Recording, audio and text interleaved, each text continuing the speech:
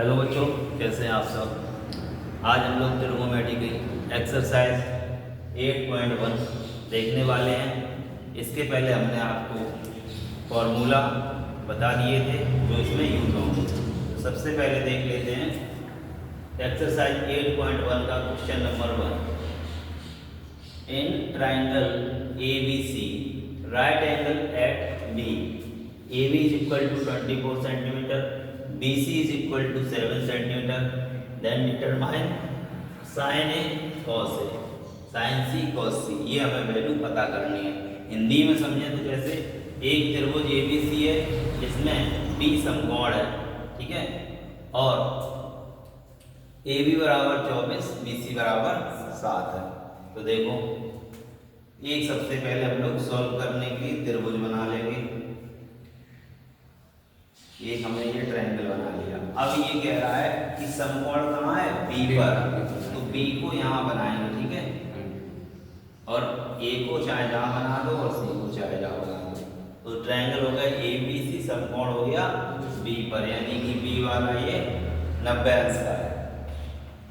अब देखो और क्या दिया, AB कितना दिया 24, तो A से B ये कितना है 24। देखने में छोटा लग रहा है लेकिन मान लेंगे ये 24 है ना, और BC कितना है 7, तो BC कितना है 7 सेंटीमीटर, ठीक है। अब चाहो तो अगर पहले से पता था तो ये बड़ी बना दे और BC छोटी बना दे तो ऐसा होता है ना। बनाने को कैसे बना लो, सॉल्व सही से करो। तो हमें क्या निकालना है, हमें अगर हम लोग बात करें यहाँ पर A की, है ना, किसकी बात करें A की, तो A के लिए हमें साइन में तो कर्ण भी चाहिए। तो पहले इसको AC को निकालेंगे, ये होगा हाइपोटेनस, है ना। तो AC को पहले निकालेंगे कैसे, पाइथागोरस प्रमेय से।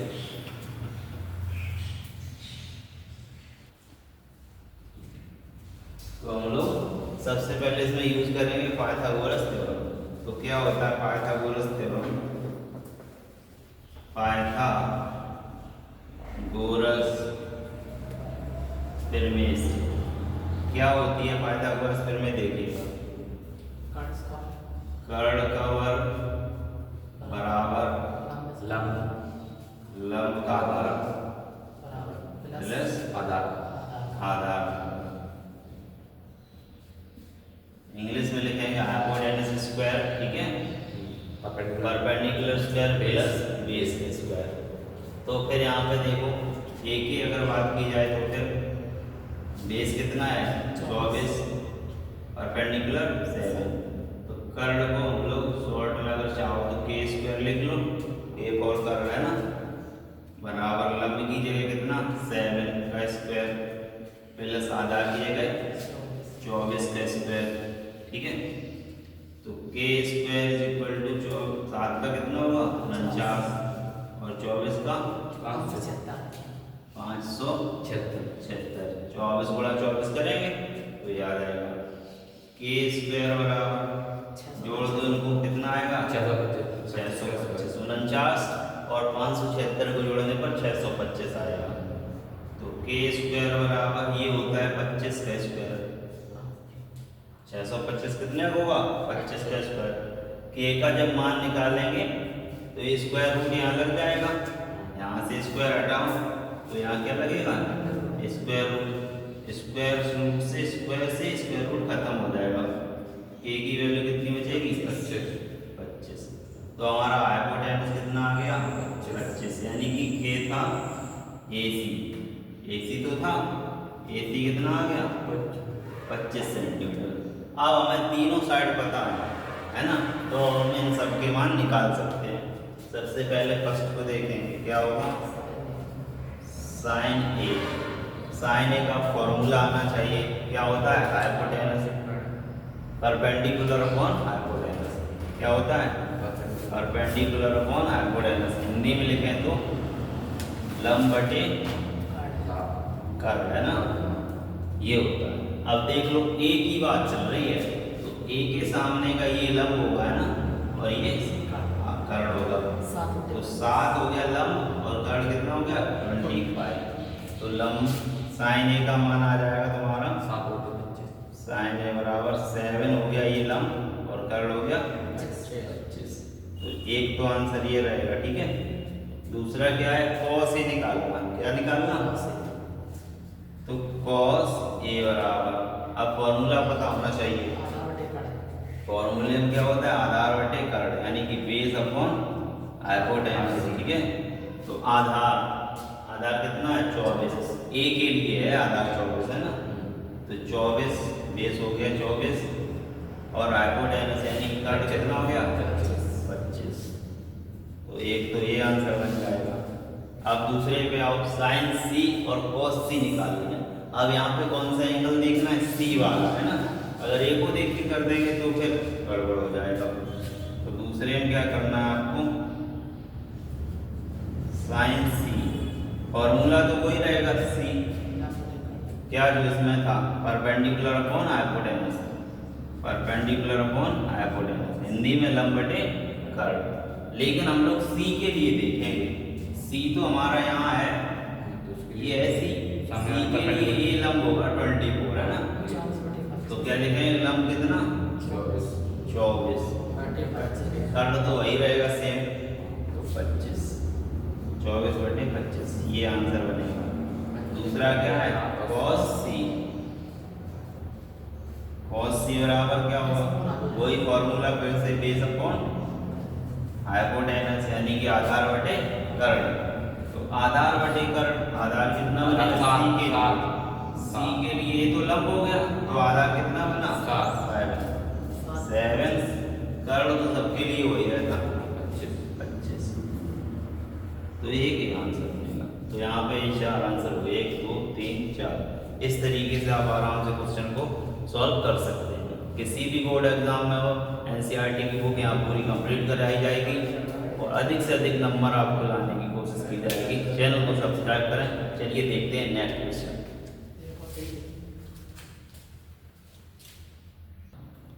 चलो अब देखते हैं एक्सरसाइज 8.2 का क्वेश्चन नंबर 2। इस क्वेश्चन में बच्चों कह रहा है कि फिगर को देखिए, चित्र को देखकर, और tan p minus cot r का मान बताओ।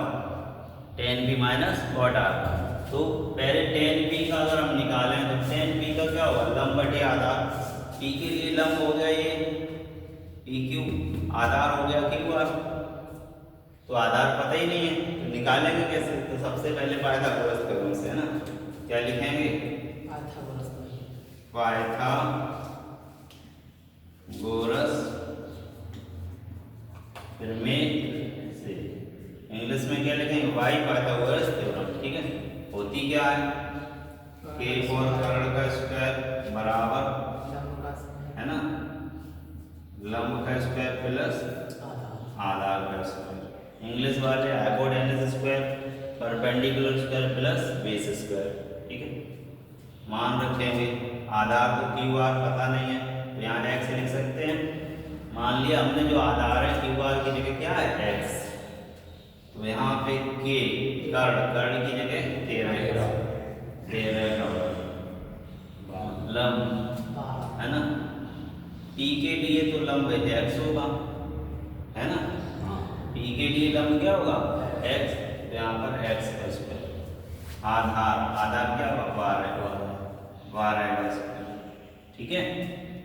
13 का स्क्वायर करेंगे 169 होता है, 13 गुणा 13 कितना होता है 169, x स्क्वायर प्लस 12 गुणा 12 144 होता है, ठीक है। 144 इधर आएंगे माइनस 144 बराबर x स्क्वायर। x कितना बचेगा, 9 में से 4 घटाए 5, 16 में से 14 घटाए 2 बराबर x स्क्वायर।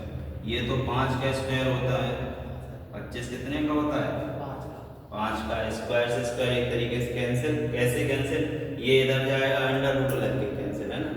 तो x का मान कितना बचेगा यहाँ से 5 सेंटीमीटर। जो x का मान है वही तो क्यू आर है, x बोलो या क्यू आर बोल दो, यही तो 5 आया। तो अब हमें तीनों भुजाएं पता चल गई, ये कितनी चल गई बता 5, तीनों भुजाएं पता है, तो इसके मान निकाल के बस माइनस ही तो करना है। क्या लिखेंगे, अब tan p minus cot r tan p का मान क्या होता है? लंब बटे आधार। लंब बटे आधार को क्या लिख सकते हैं? 5/12। लंब कितना है? 12 नहीं, लंब कितना है? 5 p के लिए ना, p के लिए लंब 5 और आधार 12 है। अब बुक में यही लिखा होता है, tan p के आगे लिखा होगा 5/12। बच्चे कहते कहाँ से आ गया? तो पहले फॉर्मूला, अगर फॉर्मूला की जगह उनके मान रखे हैं ना, ऐसे आता है माइनस कॉट आर की जगह सीधा आ जाएगा आर तो ये रहा 12/12 और कॉट आर, कॉट का मान, कॉट का फॉर्मूला क्या होता है? आधार बटे लंब। तो कॉट के लिए, आर के लिए आधार क्या होगा? 5 और लंब कितना होगा? 12। समझ में आ रहा? आर के लिए लंब 12 होगा, आधार कितना होगा? 5। कॉट का फॉर्मूला क्या होता है? आधार बटे लंब। तो आधार पहले 5 और बटे लंब कितना? 12। ठीक है। अगर नहीं समझ में आ रहा हो तो देखो फॉर्मूले लिख लो कर, उससे क्या होगा? फॉर्मूले लिखने से याद हो जाएगा। tan का क्या होता है? लंब बटे आधार, ठीक है। माइनस कॉट का क्या होता है? आधार बटे लंब, यानी कि बेस बटे परपेंडिकुलर। अब देखेंगे, यहाँ देखेंगे तो p के लिए देखेंगे, p ये है तो लंब 5 और आधार 12, तो 5/12 माइनस। अब r, कॉट r के लिए देखेंगे तो ये 12 लंब होगा और आधार कितना होगा? 5। तो पहले आधार बटे लंब लिखना है 5/12। अब आ रहा हूँ 5/12 में से 5/12 माइनस कर दो, सेम नंबर माइनस करेंगे क्या आएगा? 0। जैसे 10 में से 10 माइनस तो 0, x में से x माइनस तो 0। इसी तरीके से 5/12 में से 5/12 माइनस हो रहा है तो कितना आएगा आंसर? ये आंसर आ जाएगा। ठीक है, देखो कितना है।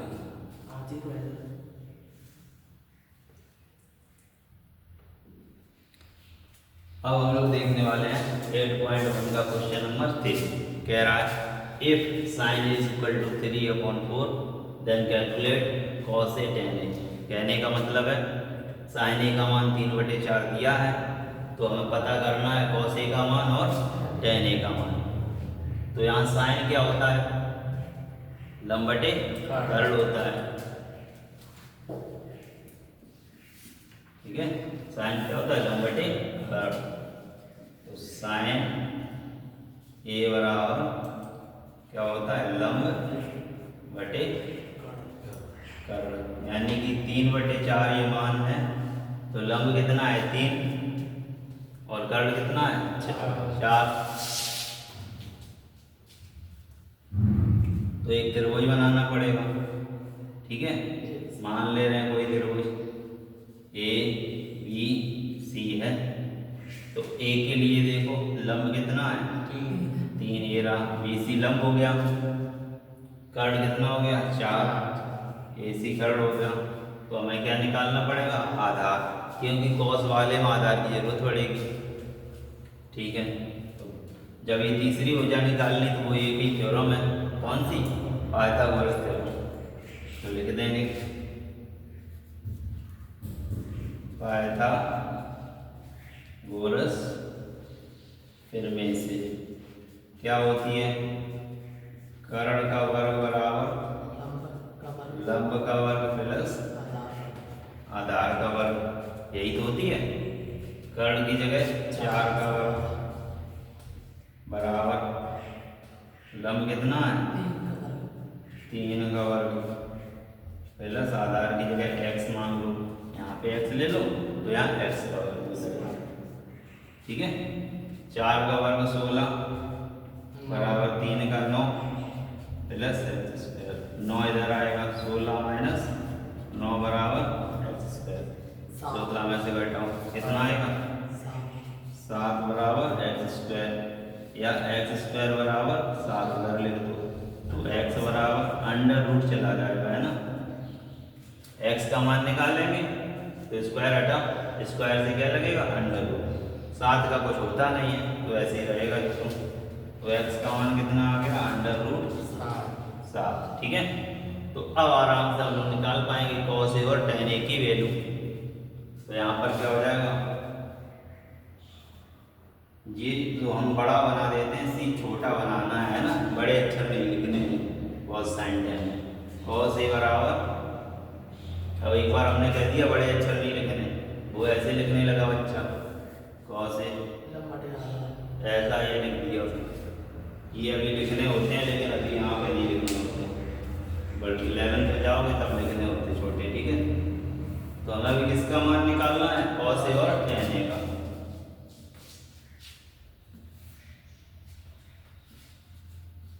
cos a क्या होता है, आधार बटे कर्ल, इंग्लिश में बेस अपॉन हाइपोटेनस होता है। a के लिए देखो, ये रहा a, इस एंगल के लिए आधार कितना होगा, रूट से कर्ल 4। ठीक है, अब हमें निकालना है tan a का मान, किसका, तो tan a बराबर क्या होगा, परपेंडिकुलर अपॉन बेस, यानी कि लंब बटे आधार।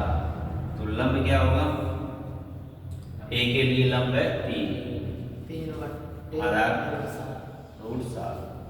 तो इस तरीके से आपके आंसर बन जाएंगे। ठीक है, इनको नोट कर लो, देखते हैं नेक्स्ट क्वेश्चन।